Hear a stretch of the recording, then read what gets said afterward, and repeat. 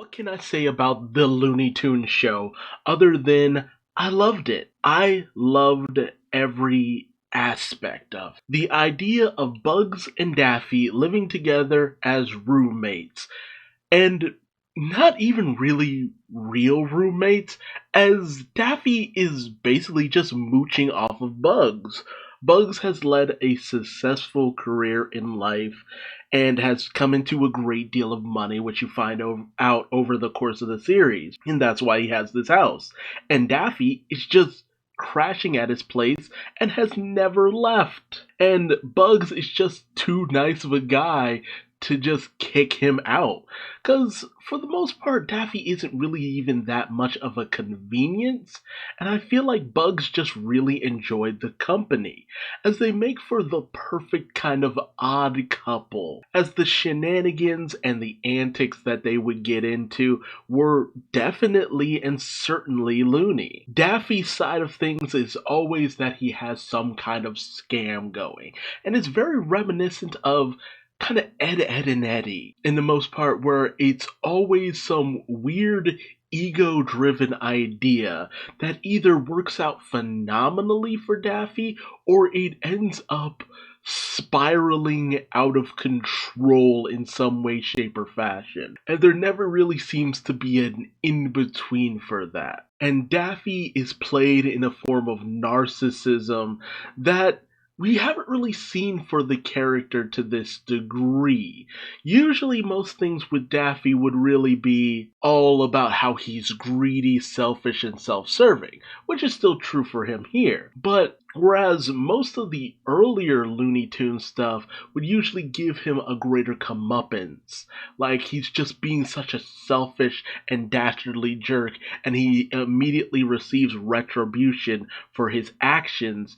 Here, it's more or less a bit of a hit and miss. Sometimes he gets the retribution he deserves, other times he's just oblivious to the way things have kind of gone wrong for him. That's why I really did kind of enjoy when he got a girlfriend in Tina Russo, as she was just this no-nonsense girl who I feel would smack him around when he got too far out of line. And while that does make it sound as though they're just in a toxic relationship, honestly, they probably bring out the best in each other in the weirdest kinds of ways. And I really did get interested in their relationship. Bugs' life, on the other hand, is just filled with loony characters, and that really seems to be the running theme. You got the business savvy Foghorn Leghorn who's always he's making tons of money.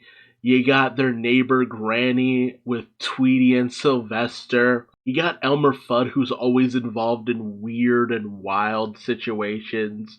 Speedy Gonzales, who runs a pizza joint, which the novelty of that is not lost on me, because it's just like you get your food in 30 seconds or less when it comes to this guy. The fact that they made Taz, Bugs' dog, is hilariously surreal, and then it just kind of becomes this thing in the background that you don't even think about. Witch Hazel being the sassy black neighbor with her young sounding son Gossamer, who's this towering monster, is again another novel idea that you just kind of adapt to as the series goes on. Yosemite Sam as an angry, volatile neighbor who kind of, I hate to say it like this, kind of white trash for the most part. He's always getting like restraining orders or court ordered anger management sessions. Like, it feels too real when it comes to Yosemite Sam, and that's in all the best ways. When it comes to Porky, he is the butt of the joke most of the time.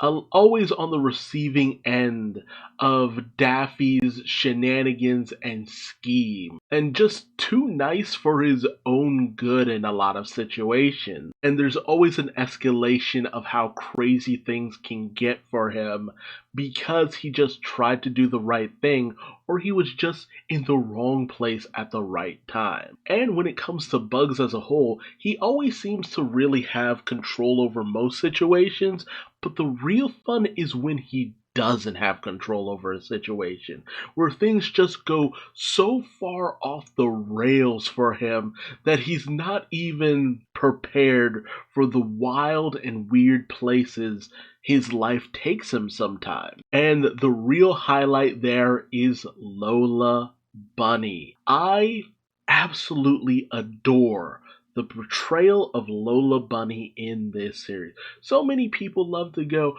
oh no, they've changed her design, they've made her more PC. And she fits in with everyone else. Even more so because in a lot of ways, she's almost a female Daffy, but to an even more outlandish degree. She's airheaded, pretty much oblivious to the world around her, and tends to get in the weirdest and wildest situations because of her lack of understanding of very basic principles to a certain degree.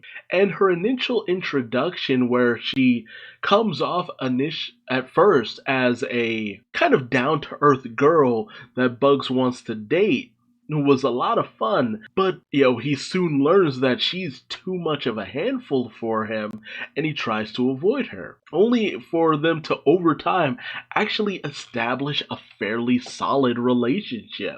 And I kind of enjoy that, because despite the fact that Bugs has his reservations about her, he does actually care for her and look out for her in a lot of ways that someone like her really needs to be looked out for. But there's just this charm to Lola. Honestly, there's this charm to a lot of the characters in the series. Eventually, even Porky does get his love interest in Petunia Pig, but that's a lot more of a footnote.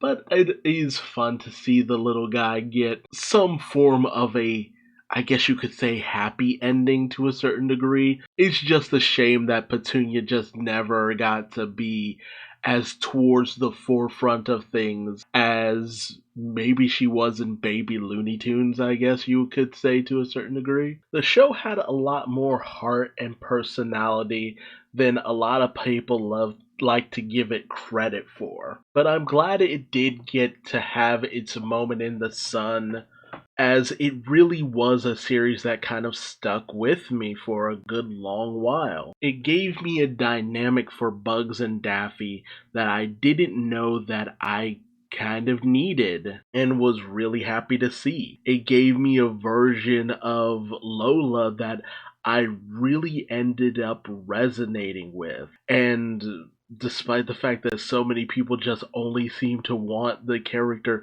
because Sexy Bunny, this show gave me a little bit more than just that. More than just a bunny who plays basketball. It gave me an actual character who I could root for and get behind. If only just because her role wasn't just Bugs Bunny's love interest. So I say, thank you, Looney Tunes show. Thank you for giving me some of my favorite incarnations of my favorite characters, because you decided to go a little outside the box, but also keep things fun, eccentric, and exciting in a brand new way. I'm glad I opened my heart to you, and I'm glad you filled it in perfectly. But hey, did you watch the Looney Tunes show? Did you vibe with it? Who was your favorite character? What was your favorite episode? What was your favorite aspect? Let me know that and more in the comment section below. And if you like this video, please like, comment, subscribe, and hit the bell icon for notifications. And until next time, I've been Duuz-Diz-Din, and I will see you later. Bye-bye.